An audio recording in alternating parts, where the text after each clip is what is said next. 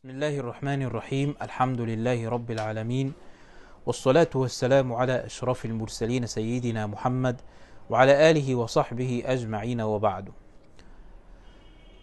Those who study with me, they are a bit familiar with a concept that we name in our durus الترويح.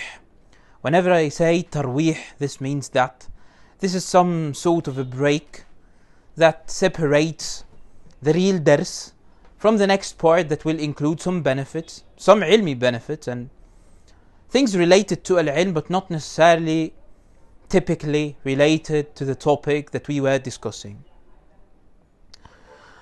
To find a material for this tarwih is difficult, and sometimes it has to be beneficial, and sometimes it's necessary because the subject is really difficult and it's really complicated, so you need something to take the minds of the students of the studied thing. In my opinion, a lot of the comments on YouTube on our videos are a very good material for tarwih. They are funny, especially when people do not take into consideration their self-respect. So how they make stupid out of themselves and what they say makes it really funny and sometimes very beneficial. Very beneficial because you see their mistakes and you know that this is what you should avoid. When I teach in university, I usually tell my students, first class,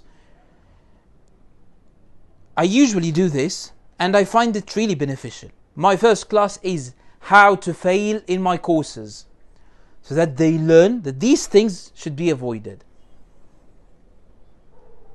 So they know evil, not because knowing evil is beneficial. Knowing evil is beneficial when you know and you are sure and certain about the necessity of avoiding evil. Let's see one of the comments. I have it in my head, so you can find it on one of the videos. To be honest, I'm not sure which video.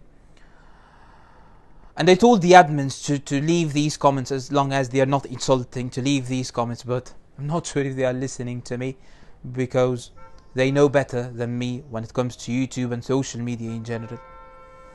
Anyways, this happened.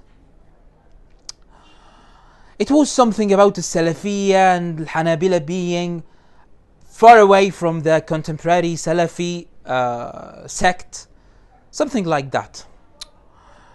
So one of the people who commented, he said, the real Hanabila are like people like Al-Qadhi Abu Ya'la, Ibn Hamid, and he mentioned a couple of names that will never help him.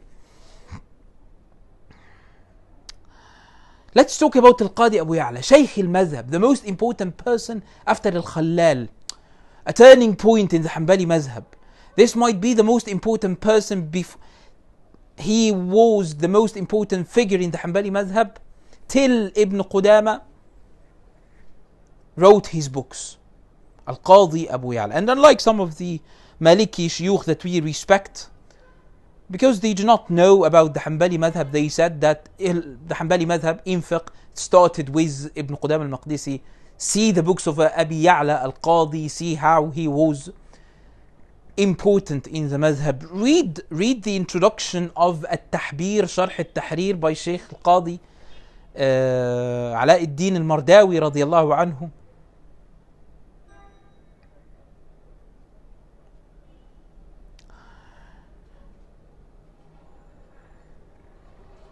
Al-Qadhi Abu Ya'la wrote a book, called it At-Tawakkul. It was published. It has been published recently. It was published in 2014. I've got the book, and after reading it, I decided that I should revisit that book. I remember that Al-Qadhi wrote a book that I read a couple of years ago. So let's revisit the book. It's a very good habit to revisit books that you read, because you will see things that you do not really remember, and it will be very good. In my opinion, I do this all the time. revisited the book. It was published by Al-Mayman, Dar Al-Mayman للنشر والتوزيع. The editor and the one who commented on the book is Dr.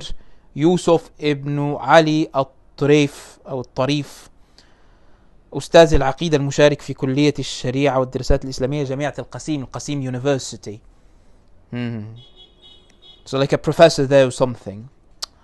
Qadhi Abu Ya'la, this man, this guy on YouTube, he called him Salafi. This is because he's really ignorant. He doesn't know. He never read.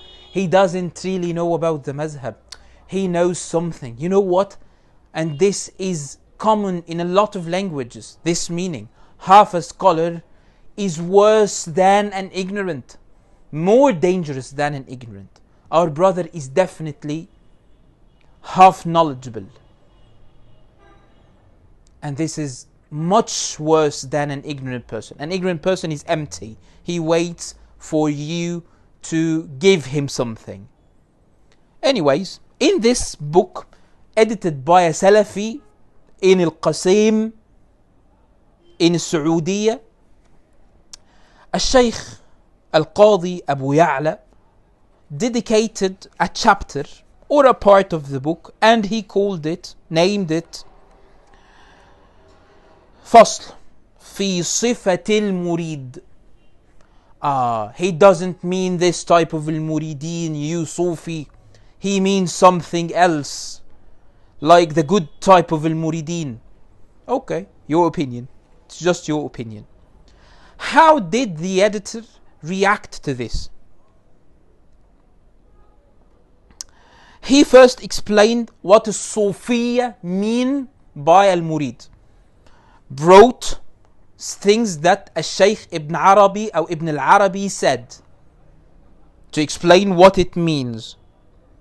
Then he concluded this comment by saying, وَالْمُؤَلِّفُ مِمَّنْ تَأَثَّرَ بِالتَّصَوُّفِ, and the author is one of the people who were affected by Sufiya or by Tasawwuf. فعقد هذا الفصل لبيان خصال المريد, and he dedicated this chapter to elaborating or explaining the characteristics of al-murid.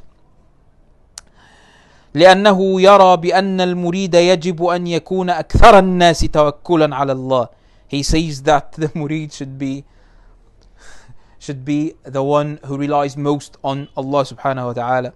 وقد ذكر أشياء لا يوافق عليها يأتي التنبيه عليها في موضعها. And he mentioned things that we will not approve, and we will comment on them when they come. And when he said that, he thinks that al-murid should be the one who relies on Allah subhanahu wa ta'ala the most. How many? Two exclamation marks. Two, because one is not enough. Two. This reminds me of some of the students of Al-Albani, Ali Al-Halabi, in his book, in editing the book of Ikhtisar Ulum Al-Hadith. Whenever he doesn't like anything, he just a lot of exclamation marks, as if you buy some of them and then you use them in the book, as if one is not enough. Stupidity everywhere. Anyways, this chapter of Sifat al-Murid is something that we all need to read. I think that we should explain this in English to people in the West. I think that we should do this because this shows them two things. First of all, the part of it tasawwuf, but we are not the best people to do so, to explain to them what it tasawwuf is, what the characteristics of al-Murid are.